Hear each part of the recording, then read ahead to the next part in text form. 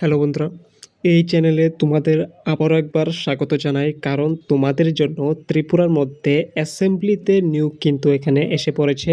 বিশাল শূন্যপদের মধ্যে কিন্তু এখানে আবেদন শুরু হয়ে গেছে। কতটুকু শূন্যপদ এখানে রয়েছে সকল কিছু তথ্য আমি এই ভিডিওর মধ্যে আলোচনা করব। অ্যাসেম্বলির মধ্যে যে নিয়োগটা এসেছে সেটার দিকে। তো বেতনের কথা যদি একটু বলি, তাহলে তোমরা ৩২,০০০ টাকারও বেশি কিন্তু এখানে বেতন পেতে চলেছ। 10 পাসের মধ্যে তোমাদের কিন্তু এখানে নিয়োগটা শুরু হয়ে গেছে। আবেদনের লিঙ্ক কিন্তু আমি ভিডিওর শেষে আলোচনা করেছি, তো অবশ্যই ভিডিওটাকে এন্ড পর্যন্ত দেখবে। এবং যারা যারা এখনও ভিডিওটা এটা লাইক করোনি, ফটাফট লাইক করে দাও। এবং যারা যারা এখনও চ্যানেলটাকে সাবস্ক্রাইব করোনি বা নিউ ভিউয়ার্স, তো অবশ্যই চ্যানেলটাকে সাবস্ক্রাইব করে দিও। বয়স, বেতন, যোগ্যতা সকল কিছু তথ্য আমি এই ভিডিওর মধ্যে আলোচনা করব। তো চলো ভিডিওটাকে শুরু করা যাক। তো সর্বপ্রথম আমি ভিডিওর মধ্যেই আলোচনা করব ভ্যাকান্সি অর্থাৎ শূন্যপদ সম্পর্কে, যে দাদা শূন্যপদ কত হতে যাচ্ছে এখানে। তো ১২০০-র মতো তোমরা কিন্তু এখানে শূন্যপদ দেখতে পাবে, কিন্তু পরবর্তীতে কিন্তু এটা বাড়ার সম্ভাবনা এখানে রয়েছে। ওকে, তো তোমরা অবশ্যই মনে রাখবে, তোমরা যদি ত্রিপুরা অ্যাসেম্বলি রিক্রুটমেন্টে তোমরা যদি আবেদন করো, তাহলে তোমরা কিন্তু এখানে ১২০০-র মতো কিন্তু শূন্যপদ এখানে দেখতে পাবে। তো তোমাদের জন্য, যারা ছেলে মেয়ে রয়েছে, তোমাদের জন্য দারুণ একটা সুযোগ কিন্তু এখানে পেতে চলেছো তোমরা। তো অবশ্যই তোমরা কিন্তু এখানে আবেদন করবে।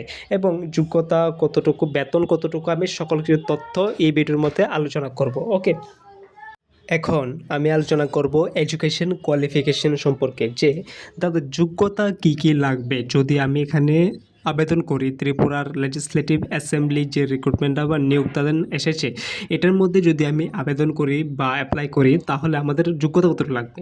তো তোমরা অবশ্যই থাম্বনেল দেখে বুঝে গেছো, বা আমি আগেও বলেছি যে তোমরা যদি 10 পাস বা এর চেয়েও বেশি তোমাদের যদি এডুকেশন কোয়ালিফিকেশন থেকে থাকে, তোমরা কিন্তু এখানে সরাসরি বা একদম মানে ফুলি এলিজিবল, এখানে ফুলি এলিজিবল, এবং তোমরা কিন্তু সহজেই কিন্তু এখানে আবেদন করতে পারবে ত্রিপুরা লেজিসলেটিভ যে রিক্রুটমেন্টটা বের করেছে এটার মধ্যে, অ্যাসেম্বলির মধ্যে। তো তোমাদের জন্য কিন্তু একটা দারুণ একটা সুযোগ কিন্তু এখানে ত্রিপুরা লেজিসলেটিভ অ্যাসেম্বলি কিন্তু এখানে নিয়ে এসেছে।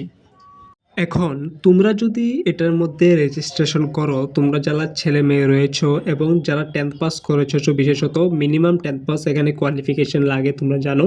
তো তোমরা যদি এখানে আবেদন করো, তাহলে তোমাদের যে এক্সাম ফিসটা রয়েছে, এক্সাম ফিসটা তোমাদের এইটা ক্যাটাগরি ওয়াইজ ডিভাইড করা।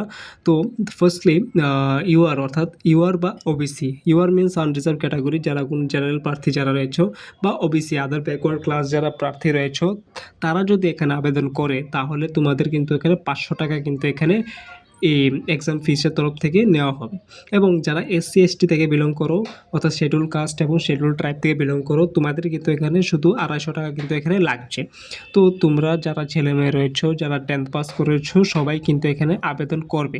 হ্যাঁ, আমি পোস্টার সম্পর্কে এই ভিডিওর মধ্যে এখনই আলোচনা করব, তো অবশ্যই ভিডিওটাকে এন্ড পর্যন্ত দেখতে থাকো। এখন আয়ুসীমা অর্থাৎ এজ লিমিটের কথা যদি একটু বলি, তাহলে তোমাদের বয়স যদি 18 থেকে 32 বছর বয়সের মধ্যে হয়ে থাকে, তোমরা কিন্তু এখানে আবেদন সহজেই করতে পারবে।